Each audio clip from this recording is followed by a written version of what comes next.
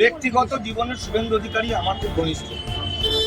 শুভেন্দু অধিকারী রাত 12টা 10টা 11টা 12টা পর্যন্ত যে লোকগুলোকে নিয়ে আড্ডা মারে তার ব্যাংকে, সেইখানে তার পাশে যারা ঘিরে বসে থাকে সবাই মুসলমান, মানে বেশিটাই মুসলমানরাই ওকে তুলেছে।